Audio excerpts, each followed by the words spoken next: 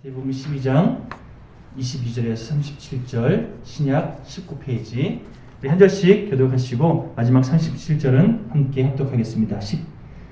22절입니다.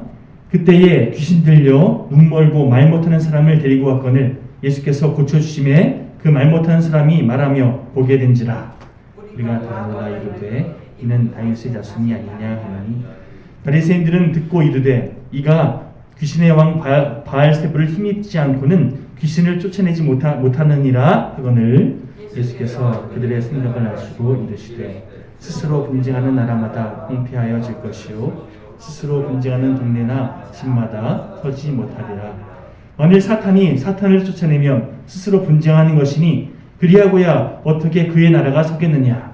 또 내가 바알세불을 힘입어 귀신을 쫓아내면 너희 아들들은 누구를 힘입어 쫓아내느냐. 그러므로 그들이 너희의 재판관이 되리라. 그러나 내가 하나님의 성령을 힘입어 귀신을 쫓아내는 것이면 하나님의 나라가 이미 너희에게 임하였느니라. 사람이 먼저 강한 자를 결박하지 않고서야 어떻게 그 강한 자의 집에 들어가 그 세간을 강탈하겠느냐. 결박한 후에야 그 집을 강탈하리라. 나와 함께 아니하는 자는 나를 반대하는 자요 나와 함께 모으지 아니하는 자는 해치는 자니라.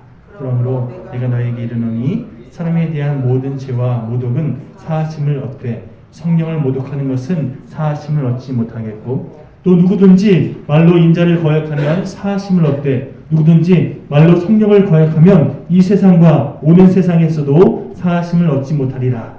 아무도 좋고 하든지 아무도 좋지 않고 열매도 좋지 않다 하든지 하라. 그 열매로 나무를 아느니라. 독사의 자식들아 너희는 악하니 어떻게 선한 말을 할 수 있느냐. 이는 마음에 가득한 것을 입으로 말함이라. 선한 사람은 그 쌓은 선에서 선한 것을 내고 악한 사람은 그 쌓은 악에서 악한 것을 내느니라. 내가 너에게 이르노니 사람이 무슨 무익한 말을 하든지 심판날에 이에 대하여 신문을 받으리니 내 말로 유롭다함을 받고 내 말로 정죄함을 받으리라. 아멘. 자, 뿌린 대로 거둔다라는 말이 있습니다. 또 우리나라 속담 가운데 콩 심은 데 콩나고 팥 심은 데 탄단나는 그런 속담이 있지요. 하나님의 법칙은 이 속담, 이 말과 일맥상통합니다. 우리가 또 하나님과 어떻게 위배된 삶을 살아갔는지 판별하신다는 거죠. 여러분, 오늘은 엄마는 내가 죽었으면 좋겠다 라고 말했다 라는 책 제목, 제가 책 한번 보여드릴게요. 엄마는 내가 죽었으면 좋겠다고 말했다. 이게 책 제목이에요. 이게 무슨 내용이냐면요. 남아프리카 공화국에 살고 있던 마틴 피스토리우스라는 한 소년이 12살 되었을 때 원인 모르는 병 때문에 그렇게 의식불명에 빠지게 되는 그 아이가 경험했던 그런 이야기를 쓴 책이에요. 이 아이가 의식불명으로 그렇게 쉽게 말하면 뭐라 그러죠? 뇌세 상태. 예, 그렇게 병상에 4년 동안 누워 있었대요. 그러다가 정말 기적적으로 4년 만에 의식을 찾게 되었는데 놀라운 거죠, 그렇죠? 뇌세 상태에서 의식을 찾는 것 자체가 굉장히 기적이잖아요. 그런데 안타까운 게 뭐냐면요, 의식을 찾았는데 몸이 반응하지 않는 거예요. 눈도 못 뜨고 말도 못하고 몸을 못 움직이는데 의식만 있는 거예요. 그러니까 이 아이가 캄캄한 암흑 속에서 다른 사람이 말하는 건 듣는데 나는 반응하지 못하는 이런 상태로 정신을 차린 거죠. 다른 사람이 말하는 것도 다 들리고 다른 사람들이 만지는 것도 다 느껴지고 또 뭔가 인지 능력은 다 회복됐는데 여전히 몸을 못 움직이고 눈도 못 뜨고 반응도 못하는, 그러다 보니까 이 아이가 의식을 회복했다는 것을 아무도 몰랐대요. 이렇게 의식만 차리고 나서 거의 사람들은 똑같이 뇌세 상태라고 생각하는 그 상태로 9년을 지냈답니다. 끔찍하죠. 암흑 속에 갇혀서 16살에 의식을 회복했으니까 12살에 이렇게 뇌사 상태가 되어서 16살에 의식을 회복하고 9년이 지나서 25살이 될 때까지 암흑 속에서 지낸 거예요. 여러분들이 만약에 이런 상태면 얼마나 이거 말도 못하는 그런 고통이잖아요. 그렇죠? 더군다나 아이잖아요. 이제 막 청소년이 된 그런 아이가 무려 9년을 암흑 속에서 지낸 거예요. 하루는 이 마틴의 엄마가 오랜 시간 병간했으니까 얼마나 힘들었겠어요. 그렇죠? 저희 할머니께서 저희 할아버지가 뭐 풍이라 그랬죠. 그래서 병상에 계속 누워 계시다가 10년 만에 돌아가셨거든요. 저희 할머니가 그 할아버지 병간하시면서 얼마나 힘들어하셨는지 맨날 투덜투덜대시면서 이렇게 그럼에도 불구하고 사랑하는 남편이니까 이렇게 병간호했던 그 모습을 제가 지켜봤는데요. 굉장히 힘들어하는 걸 제가 봤습니다. 이 어머니도 사랑하는 아들이 회복될 기미가 보이지 않고 4년에다가 9년이니까 11년 동안 엄마 입장에서는 아무런 차도가 없는 거잖아요. 그렇죠? 얼마나 지치고 얼마나 하루하루가 그렇게 힘들었겠습니까? 우울증에 걸려서 자살 시도도 해보고 아무튼 상한 심령으로 힘들게 아들 병간호를 11년 동안 한 거예요. 하루는 이 엄마가 얼마나 낙심되었는지 아마 마음이 상해서 더 이상 뭔가 희망이 없으니까 그렇게 말했겠지요. 더군다나 이 아이가 지금 식물인간 상태니까 내가 말해도 반응하지 못하겠지라고 그렇게 생각하고 아마 아들 앞에서 툭 내뱉은 말이 그 아이는 들은 거예요. 제가 그 부분을 읽어드릴게요. 네가 죽었으면 좋겠어. 아들한테 한 말이에요. 엄마가 눈물을 흘리면서 나에게 천천히 말했다. 네가 죽어야 해. 엄마가 그렇게 말한 뒤에 고요한 방 안에 나를 남겨두고 나가는 소리를 들으며 나는 온 세상이 아득하게 느껴졌다. 그날 나는 할 수만 있다면 엄마가 바라는 대로 해주고 싶었다.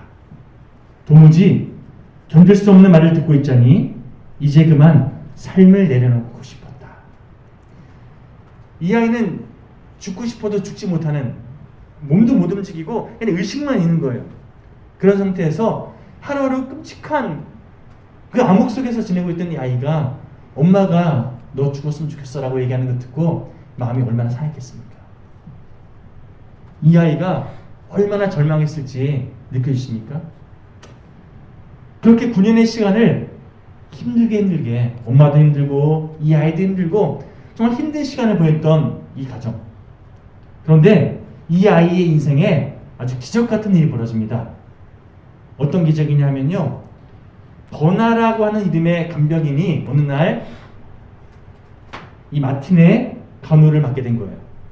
그런데 이 버나라는 간병인은요, 그 전까지 간병했던 사람과 좀 달랐어요. 다른 사람들은 그냥 맡겨진 일, 쉽게 말하면 이 아이의 병간호하고 그냥 뭐 이렇게 수발하는 그런 거에만 집중했다면 그냥 일한 거죠, 쉽게 말하면. 그런데 이 버나라는 간병인은요, 이 아이의 회복을 기대하면서 이 아이가 정말 소중한 내 자녀라고 생각하면서 그렇게 애지중지 돌봐줬다는 거예요. 그리고 아주 미세한 움직임만 발견해도요, 이 아이는 다시 회복될 수 있어. 그리고 조금 마틴이 반응했는데 그걸 보고 나서 얘가 의식이 돌아왔나 보다 이렇게 생각했다는 거예요. 그 대목에 대해서 제가 읽어드릴게요. 버나는 다른 간병인과 달리 나에게 계속해서 말을 걸었고 나는 결코 잊지 못할 사람을 만나게 되었음을 직감했다.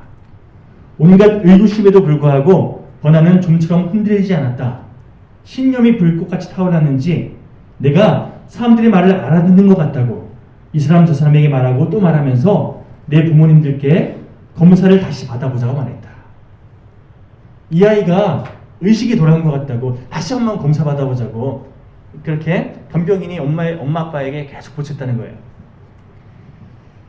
오히려 마틴의 부부는 11년 동안 아무 변화가 없는 이 아이 지켜보면서 다 지쳐있는데 버나라는 간병인이 이렇게 말하니까 정신 나간 소리 하지 말라고, 지금 와서 무슨 회복이냐고, 아유 귀찮게 하지 말라고 오히려 핀잔을 줬다는 거예요. 그도 그럴 것이 여러분 11년이라는 시간이 짧은 시간이 아니잖아요. 회복은커녕 얘가 언제 죽나 이런 생각하면서 죽을 날만 기다리고 있었는데, 그런데 전혀 엄마 아빠 보기에는 미동도 없어 보이는 그 아이를 보면서 의식을 차린 것 같다고 말하니까 이게 별로 믿겨지지 않는 거죠. 와닿지 않는 거죠. 그런데 버나라는 이름의 간병인이 끊임없이 계속해서 부모를 선택했다는, 이거 이 아이 다시 한번 거기서 받아보자고, 이 아이 소망이 있다고 희망이 있다고 하면서 계속해서 부모를 선택했다는 거예요.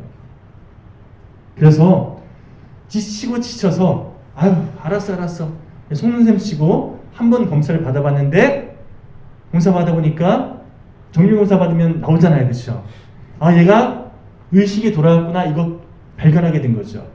그리고 그 이후로 회복의 단계를 밟아가면서 이 아이가 결국에는요 의식만 돌아온 것으로 끝난 게 아니라 온몸이 회복되는 이런 다음 단계를 향해서 그냥 방치한 게 아니라 그냥 연명하는 것으로 그친 게 아니라 회복하는 단계를 밟아갔다는 거죠. 여러분, 물론 12살에 병 걸리고 나서 25살, 한 13년이라는 시간 동안, 오랜 시간 동안 침상에서 그렇게 있었기 때문에 기능이 완전히 돌아오진 않았어요. 그래서 휠체어를 타고 다녀야 되고 또 뭔가 불편함이 있는 그런 삶을 살아야 되지만, 그래도 이렇게 되살아난 이 마틴 피스토리우스라는 이 청년이 웹 디자이너가 되어서요 결혼까지 했어요.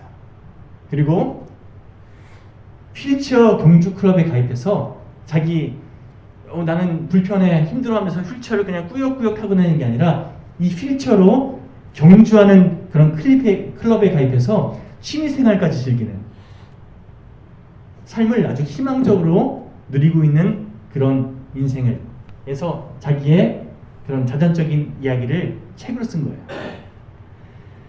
여러분, 이렇게 절망으로 가득했던 마틴이라는 한 소년이 완전히 변화되기까지, 소망이 있는 희망이 있는 삶으로 바뀌기까지 간병인이었던 버나라는 사람의 헌신과 희생, 섬김이 아주 놀라운 변화의 포인트였다고 저는 생각합니다. 여러분, 마틴의 부모님을 설득해서 병원에 검사받기로 한 그날, 간병인 버나가 마틴에게 이렇게 속삭여 주었다고 해요.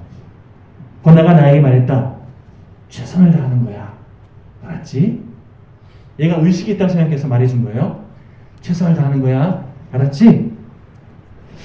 여러분, 저는 이 대목을 읽으면서 마치 사도 바울이 유라굴로 광풍을 만나서 모두가 다 죽었구나 생각하고 절망 가운데 자포자기하고 있는 그런 상황 속에서 그 절망 가운데 있는, 그 소망이 없는 자포자기 가운데 있는 사람들 향해서 하나님께서 함께 하십니다. 하나님께서 우리 살려주신다고 약속하셨습니다. 회복을 선포하면서, 그래서 사람들이 다시금 일어날 힘을 얻게 그렇게 힘을 내도록 이끌었던 사도 바울의 모습이 오버랩되더라고요.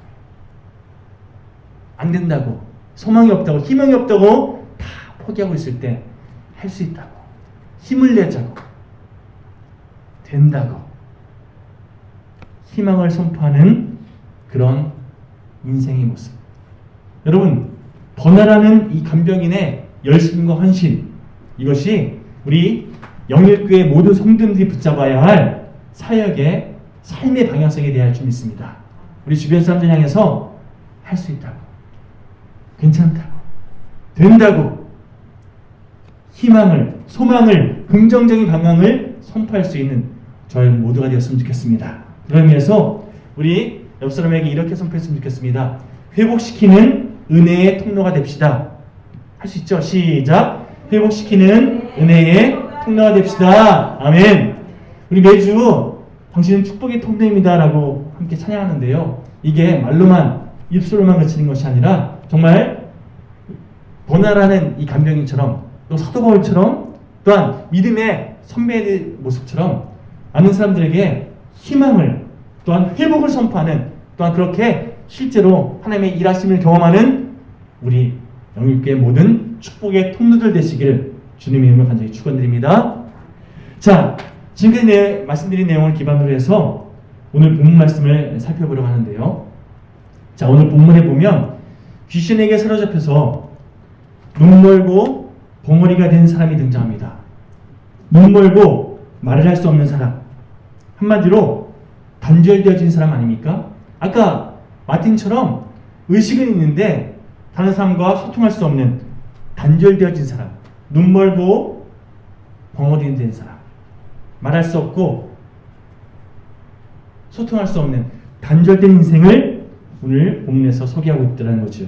그런데 이렇게 단절되어진 사람에게 주님께서 다가가시고 그 절망 가운데 있는 인생을 건져주셔서 은혜를 베풀어 주시는 그런 내용이 오늘 본문에 소개됩니다. 자, 문제는 예수님께서 절망 가운데 있던 사람을 다시 소망으로, 희망으로 일으켜 주셨는데 희한하게도 그 놀라운 은혜의 현장에 있는 사람들 가운데 왜곡된 시선, 주님의 그 기적을 보면서 모두가 다 기뻐하면서 감사하면서 이렇게 하나님께 영광 돌리는 게 아니라 삐딱한 시선으로 바라보는 사람들이 꼭 있더라는 겁니다. 오늘 본문 보실까요? 자, 23절 먼저 볼게요. 함께 읽어보겠습니다. 23절 시작. 무리가 다 놀라 이르되 이는 다윗의 자손이 아니냐 하니. 자, 보이는 사람들이 뭐라고 얘기합니까?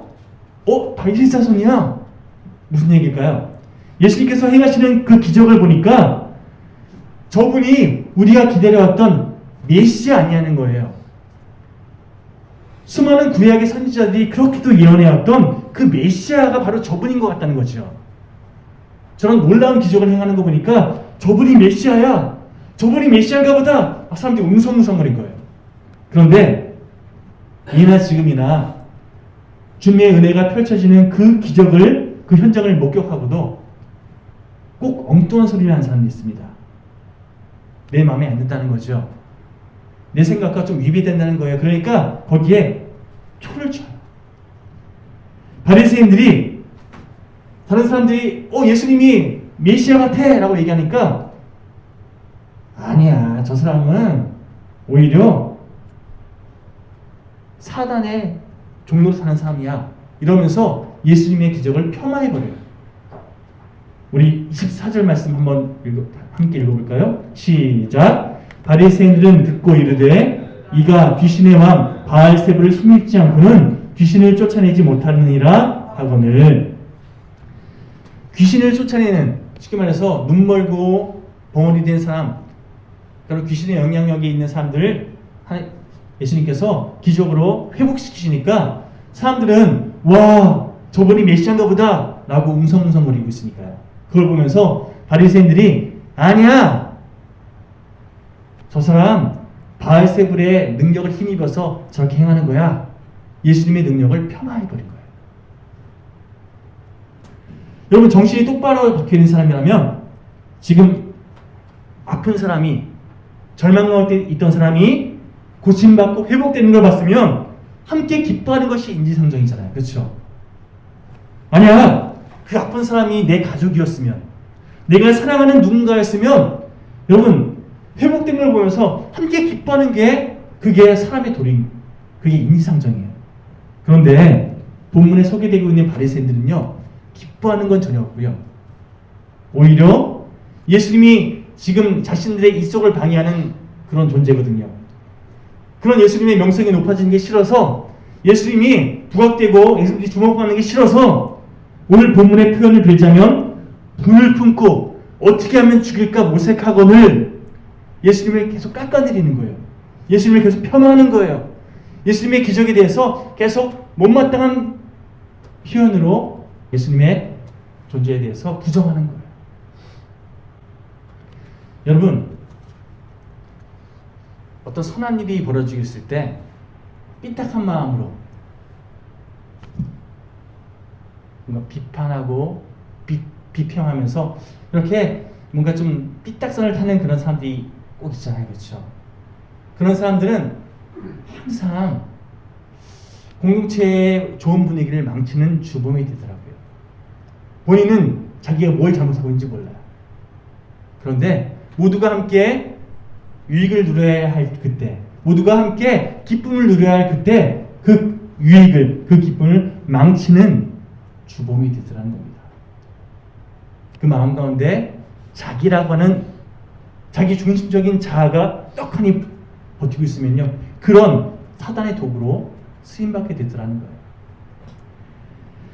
내 문제가 표면적으로 드러나면요, 차라리 희망이라도 있어요. 아, 내가 뭐가 문제가 있구나. 이런저런 현상을 통해서 다른 사람들이 막 불편한 걸 느끼면서 스스로 깨닫잖아요. 아, 이거 내가 문제구나. 내가 뭔가 좀 고쳐야 할 게 있나? 스스로도 자신에게 문제가 있음을 깨닫고, 그래서 이대로 안 돼. 내가 바뀌어야겠다. 이렇게 뭔가 좀 선한 방향에서 바뀔 수 있는 그런 가능성에도 있잖아요. 그런데 오늘 본문의 바리새인들처럼 나는 문제가 없고 저 사람이 문제야. 나는 잘하고 있는데 쟤 때문에 내가 불편해. 이러고 있으면요, 결국 그 내면에 악한 사단의 영향력이 그 삶을 딱하니 붙잡고 있어서요, 결국에는 내면은 다 썩어 문드러져 가는데 겉으로는 아무 문제 없다고 그렇게 착각하면서 결국 감정이 이끄는 대로, 자아의 소유가 이끄는 대로 계속해서 반응하고 결정하고 그렇게 끌려다니다가 점점점 더 하나님과 멀어지게 되더라는 겁니다. 여러분, 마음에 왜곡된 것이 있어서 세상을, 또한 주어진 그 모든 상황들을 올바르게 판별하지 못하고 계속해서 삐딱선을 탄다. 뭔가 비판하고 뭔가 불만을 토로한다. 다른 사람을 비방하기 급급하다. 말과 행동으로 주변 사람들에게 상처를 준다. 그럼에도 불구하고 나는 문제없다라고 생각하고 있다. 여러분, 이런 인생 가운데 하나님의 영광이 드러나겠습니까? 오히려 사단이 그런 삶을 통해서 분열을 일으키고 문제를 더 키워나가는 사단의 도구로 전락하기 마련이라는 거죠. 바리새인들 같은 사람들, 또 기도 많이 한다고 하는데 다른 사람을 힘들게 하는 그런 분들은요, 어떤 의미에서 보면 불쌍한 사람들이에요. 왜 그런지 아십니까? 자, 마태복음 9장에 보면 회당장 야이로의 죽은 딸을 살려내시는 주님의 놀라운 기적을 소개하고 있는데요. 자, 야이로 회당장의 아이가 죽어서 회당장이 이 아이를 살려달라고 그렇게 예수님을 초대하는 이 과정 속에서 아이가 죽어버렸어요. 그런데 예수님께서 집에 도착하셔서 이미 죽은 아이를 보시고, 자, 우리 마태복음 9장 23절에서 24절 말씀 좀 찾아볼게요. 자, 함께 읽어볼까요? 시작. 예수께서 그 관리의 집에 가사 피 부는 자들과 떠드는 무리를 보시고 이르시되 물러가라. 이 소녀가 죽은 것이 아니라 잔다 하시니 그들이 비웃더라. 자, 아이가 죽었어요. 죽은 다음에 예수님이 도착했거든요.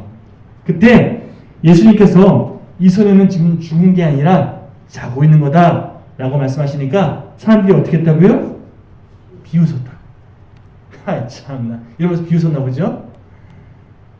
저보다 더 심하게 아마 비웃었을 수도 있고요.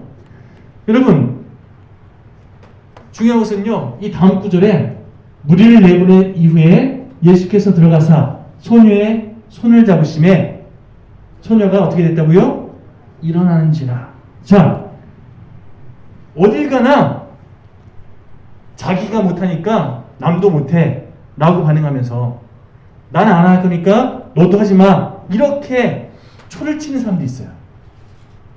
무슨 얘기인지 아시죠? 내가 못하면 다른 사람이 할 수 있도록 뭔가 서포트 해줘야 되는데 내가 못하더라도 누군가는 할 수 있다고 기대하면서 후원해야 되는데 내가 못하니까 너도 못하지? 내가 못하니까 너도 못해야 돼. 내가 안 하니까 너도 하면 안 돼. 이렇게 오히려 방해자로 서 있는 사람들이 있더라는 거죠. 하나님의 능력까지도 주님의 그 권능까지도 자신의 테두리 안에 제한시켜서 예수님께서 지금 자는 거야 말씀하시는데 비웃어버렸다는 거예요. 여러분, 예수님께서 어떻게 했다고요? 무리를 내보낸 후에, 이 무리가 어떤 무리들이죠? 비웃던 무리들, 예수님의 그 권능을 무시하던 무리들, 예수님의 신적인 권위를 무시하고 자기의 생각 붙잡고 그렇게 비웃던 그 무리들을 예수님께서 기적을 행하시기 전에 다 내보내셨다는 거예요. 냉소적인 사람들, 예수님을 비웃던 사람들, 또한 예수님의 행하심에 대해서 믿지 않은 사람들, 이런 사람들이 겪는 비극이 뭔지 아십니까? 여러분, 이런 사람들은요, 주님의 행하시는 그 놀라운 기적의 자리에 동참하지 못한다는 거예요. 예수님께서 먼저 그들을 내보내시고 나서 기적을 행하시잖아요. 그 역사의 현장에 그 하나님의 권능을 함께 누리지 못하더라는 겁니다. 여러분, 정말 중요한 것은요, 뭐 월드컵 경기 같은 거 할 때 우리나라가 만약에 우승했다, 원사님 가능할까요? 언젠가는 뭐 가능할 수도 있겠죠. 자, 그러면 가장 기뻐하는 사람들이 누굴까요? 그것을 시청했던, TV로 시청했던 국민들도 기뻐하겠지만, 또 그 경기장에서 함께 구경했던 관객들도 기뻐하겠지만, 감격은 TV에서 보는 것보다 현장에 있는 사람들이 더 많이 누리겠죠. 그런데 그 현장에 있는 사람보다 더 많이 누리는 사람이 누굴까요? 경기에 실제로 뛰었던 사람들, 그렇죠, 선수들이잖아요. 여러분, 이왕이면 그냥 지켜보는 자, 혹은 방관하는 자, 아니면 상관없는 자가 아니라 동참하는 자가 되어야지 더 큰 기쁨을 누리게 됐다는 거예요. 주님께서 능력을 행하실 때 그 자리에 함께 섞이지도 못해서 동참하지 못하는 이런 무리가 아니라, 이왕이면 동참하되 더 가까이에서, 더 주님 곁에서 그 하나님 주님의 일하심을 더 많이 누릴 수 있는 그런 저희는 모두가 되었으면 좋겠어요. 더 많이 기뻐하며 더 많이 그 은혜 안에 거하는 그런 복된 인생, 하나님의 자녀면 충분하다는 겁니다. 내가 하나님의 자녀로서 그 은혜 안에 동참할 수 있으면 그것으로 충분하다는 거예요. 여러분, 간절히 바라는 것은 하나님 베푸시는 은혜 자리에서 단 한 사람도 소외되는 사람이 없었으면 좋겠습니다. 그리고 오히려 소외된 사람들을 끌어당겨서 주님의 은혜 안에 함께 동참시킬 수 있도록 돕는 자들, 우리가 그런 주님께 쓰임받는 일꾼들 되었으면 좋겠습니다. 자, 본문 내용 다시 돌아와서 우리 본문 33절에 보시면 우리 제목과 관련된 구절이 있는데요. 함께 한 목소리로 봉독해 볼까요? 시작. 나무도 좋고 열매도 좋다 하든지 나무도 좋지 않고 열매도 좋지 않다 하든지 하라. 그 열매로 나무를 아느니라. 여러분, 삶으로 맺어지는 열매를 통해서 우리의 믿음 상태를 판별할 수 있다는 거예요. 나무가 좋은데 열매가 좋지 않다? 이 말이 안 된다는 거죠. 나무가 좋지 않은데 열매가 좋다? 더 말이 안 된다는 겁니다. 열매를 보면 그 나무의 상태를 알 수 있다는 거예요. 한마디로 우리의 삶을 통해서 맺어지는 성령의 열매를 보면 우리의 믿음 상태가 어떤지 알 수 있다는 겁니다. 여러분, 하나님의 은혜로 충만한 인생 가운데 맺어지는 성령의 거룩한 열매, 그 첫 번째는요. 자, 함께 읽어볼까요? 시작. 건강하고 긍정적인 생각. 우리 삶 가운데 부정적인, 뭔가 암울한 비관적인 이런 생각이 아니라 긍정적이고 건강한 생각들로 채워져 간다는 거예요. 제가 중고등학교 때 가장 즐겼던 게 센치한 거였어요. 센치한 생각, 센치한 태도 이런 거 있잖아요. 이게 멋진 건 줄 알았어요. 그런데 그렇게 뭔가 비관적이고 센치한 이런 저의 삶의 모습이 저를 긍정적으로 좋은 방향을 향해 이끌지는 않더라고요. 점점 더 센치하게, 점점 더 비관적으로 저를 이끌어가더라는 거죠. 그러나 주님의 은혜로 말미암아 그 은혜를 사모함으로 주님의 품 안에 온전히 거하는 인생은요, 긍정적인 건강한 생각들로 스스로도 복된 삶을 영위하고요, 다른 사람들도 일으켜 세우는, 회복시키는 귀한 도구로 쓰임받게 되어 있다는 겁니다. 여러분, 갈라디아서 5장 16절에 17절 말씀 좀 찾아보겠습니다. 자, 함께 읽어볼까요? 시작. 내가 이르노니 너희는 성령을 따라 행하라. 그리하면 육체의 욕심을 이루지 아니하리라. 육체의 소욕은 성령을 거스르고 성령은 육체를 거스르나니 이 둘이 서로 대적함으로 너희 원하는 것을 하지 못하게 하려 함이니라. 여러분, 우리 삶 가운데 두 세력이 계속해서 싸운다는 거예요. 하나는 악한 세력에 속해 있는 우리 육신의 만족을 추구하는 그런 방향이 있고요. 또 하나는 거룩한 성령님께서 우리의 영이 더 건강하게, 더 복되게 살아갈 수 있도록 계속해서 이 두 가지 세력이 우리 삶 가운데 싸우고 있는데, 우리가 어떤 것에 더 크게 반응하느냐에 따라서 우리 삶의 결과가 달라지게 되어 있다는 겁니다. 사단의 영향에 휘둘려서 육체의 소욕을 쫓는 인생은요, 여러분, 결국엔 분노하는 쪽으로, 질투하고 미워하고 음모를 꾸미고 남에게 고통을 주면서 나는 좋으면 된다고, 나만 행복하면 된다고 하는 그런 이기적인 방향을 향해서 시닫기 마련이고요. 결국 담을 짓고 분노하고 미워하고 누군가를 음해하면서 원치 않든 원하든 날마다 그렇게 분열의 도구로 쓰임받더라는 거예요.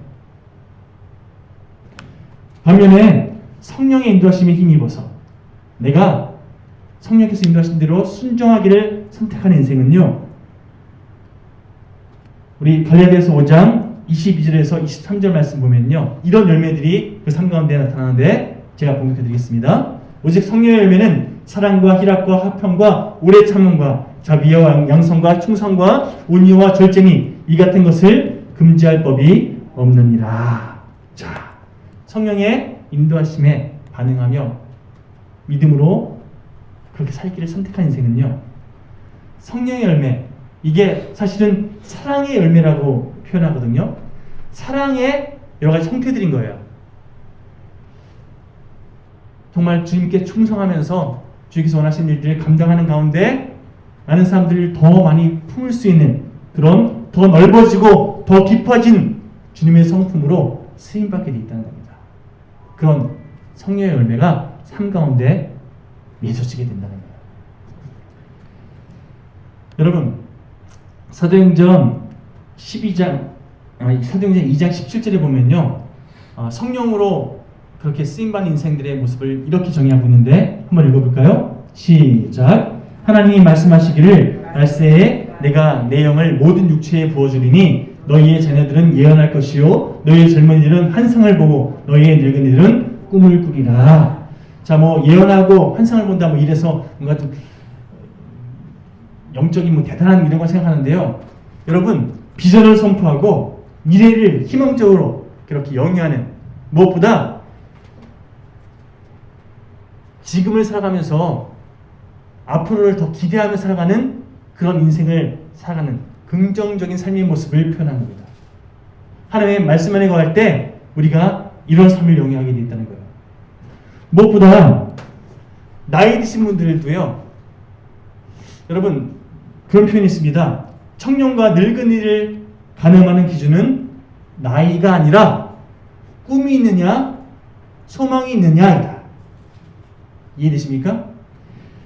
아무리 나이가 어려도요, 꿈과 소망이 없으면 그 사람은 결코 청춘일 수 없다는 거예요.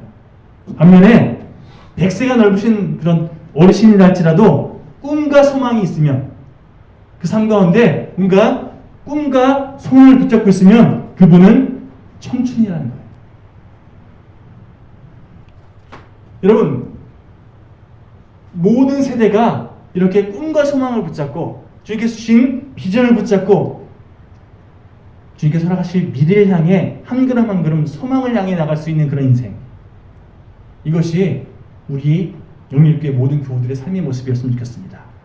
그냥 죽지 못해 살고 그냥 살아야 되니까 살고 이게 아니라 매 순간 주님과 더불어 더 나은 미래를 꿈꾸며 하루하루 주님과 함께 동행하는 인생, 그리고 다른 사람도 그렇게 소망을 갖고 살아갈 수 있도록 선포하며 살아가는 인생, 이것이 우리의 삶이 되어야 할 줄 믿습니다.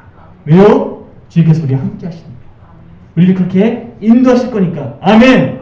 믿고 나가는 우리 모두가 되었으면 좋겠습니다. 중요한 것은요, 제가 어른들 신방 가면 간혹 이런 분들이 계세요.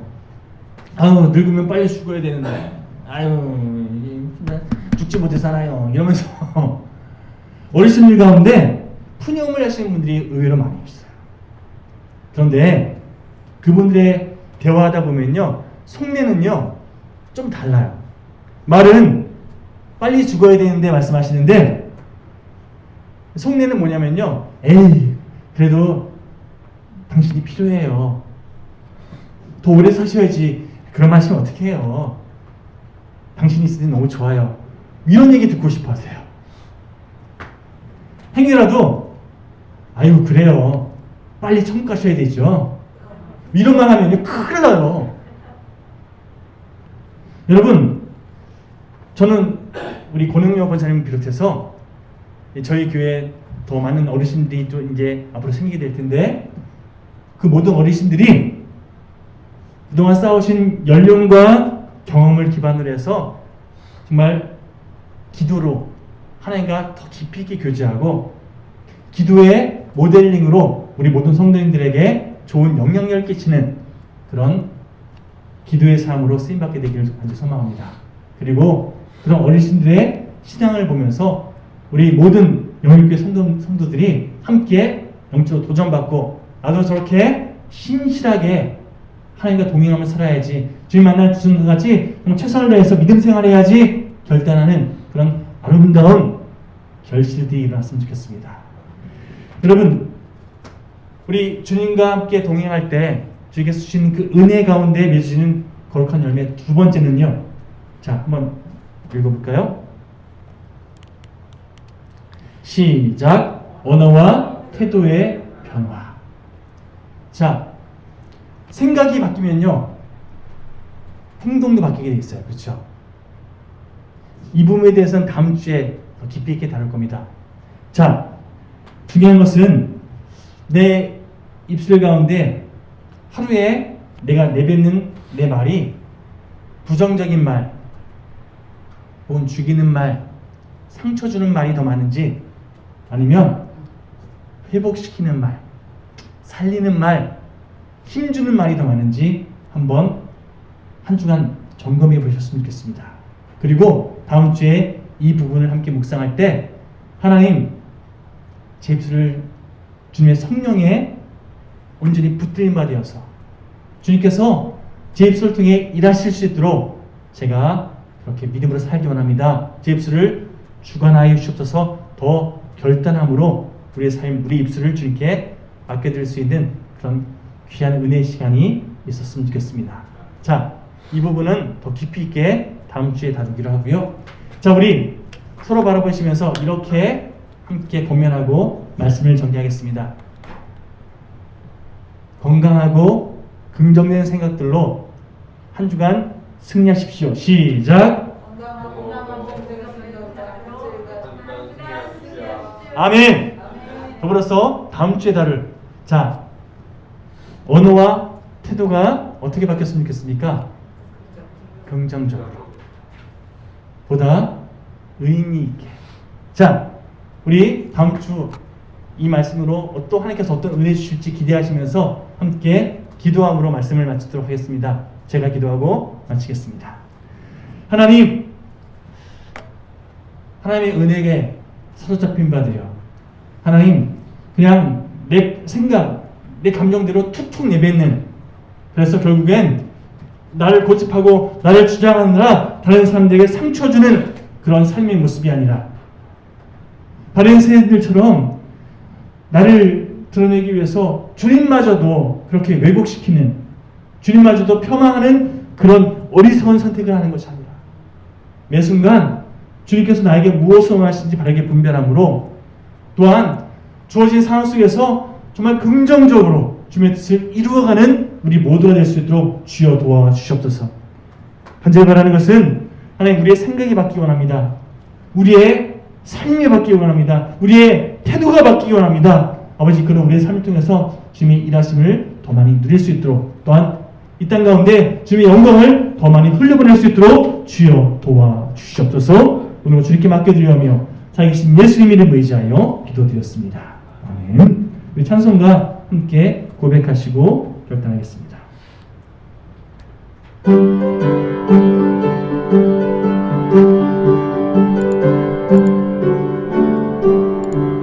주의 음성을 내가 들으니 사랑한단 말일세.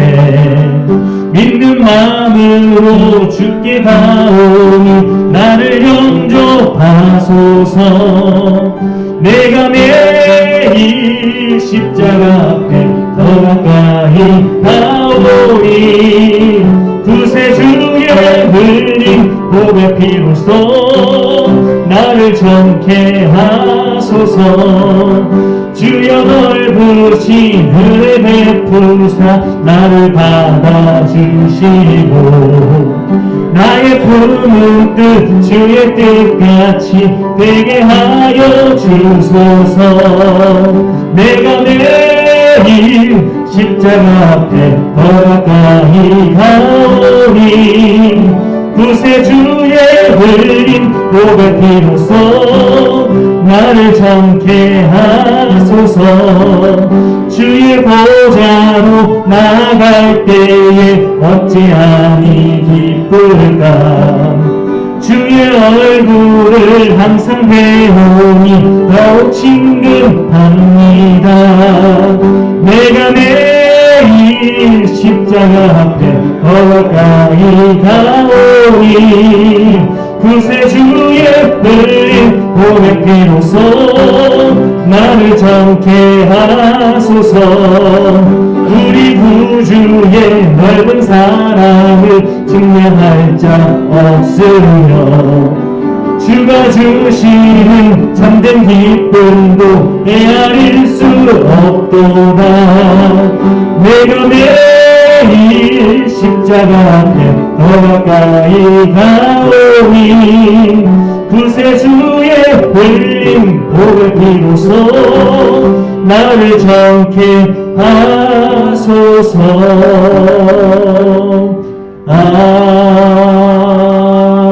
아멘. 기도하겠습니다. 하나님, 이 시간 함께 예배드리며 귀한 예물도 주님께 마음을 또한 우리의 삶에 올려드린 손길들이 있습니다. 그 마음과 정성 주님께서 기쁘게 받아주시고 하나님 나라 확장을 위하여 아름답게 사용하여 주시옵소서. 무엇보다 주님께서 우리에게 허락하신 모든 상황과 환경 속에서 주님의 뜻이 무엇인지 바르게 분별하며 다만 믿음으로 온전히 주님께 우리 삶을 의탁하는 귀한 하나님의 백성들 가운데 주님의 축복이 넘쳐나게 하시고 주님의 살아계심을 삶을 통해 증거하는 하나님의 복된 도구로 삼아 주시옵소서. 지금은 길과 진리요 생명 되시는 예수 그리스도의 그 크신 은혜와 세상을 지금 사랑하사 독생자를 우리에게 허락하신 아버지 하나님의 무한하신 사랑하심과 성령의 감화 감동 내주 교통하심이 오늘 말씀 듣고 긍정적인 생각, 복된 생각, 복음적인 생각들로 또한 정말 이 땅을 회복시키는 긍정적인 태도들로 하나님께 귀하게 쓰임받기를 결단하는 모든 성도님들의 머리머리 위에 이제부터 영원까지 영원히 함께 하시기를 간절히 축원하옵나이다. 아멘.